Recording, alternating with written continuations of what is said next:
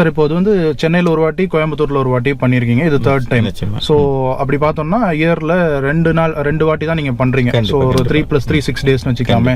So அதுக்கு balance இருக்கிற 360 நாளும் நீங்கள் வந்து ஒர்க் பண்ணணும் இல்லையா? கண்டிப்பாக. ஸோ அது எந்த அளவுக்கு இருக்குது?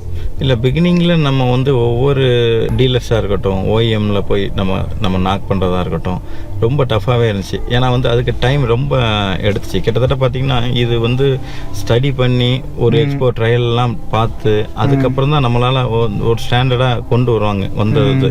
ஒன் மோர் திங், நம்ம வந்து ஒரு 6 மந்த் டைம் சென்னைக்கு இனிஷியலாக எடுத்துருந்தோம். அந்த சென்னைக்கு நம்ம எடுக்கும்போதுமே பார்த்தீங்கன்னா இனிஷியலாக யாருமே வந்து நம்மளை வந்து பிலீவ் பண்ண மாட்டாங்க.